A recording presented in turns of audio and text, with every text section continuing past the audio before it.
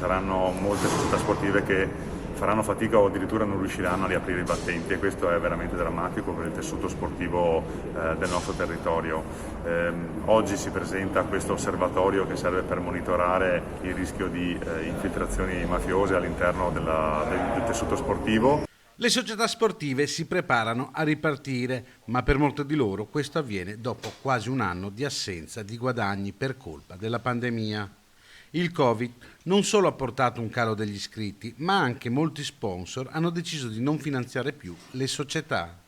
Per questo motivo il CONI Veneto, l'assessorato allo sport di Padova, l'Unione Sportiva di Acli e il coordinamento provinciale di Libera, Avviso Pubblico, hanno deciso di creare un osservatorio che possa farsi carico delle difficoltà di chi gestisce palestre o strutture sportive.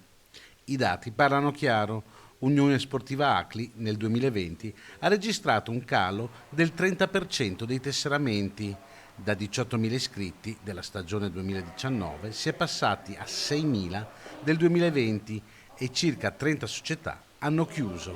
L'impatto che ha avuto anche sul tessuto economico chiaramente sta allontanando, sta riducendo di molto l'aiuto che tante aziende davano in forma di sponsorizzazione alle varie società sportive.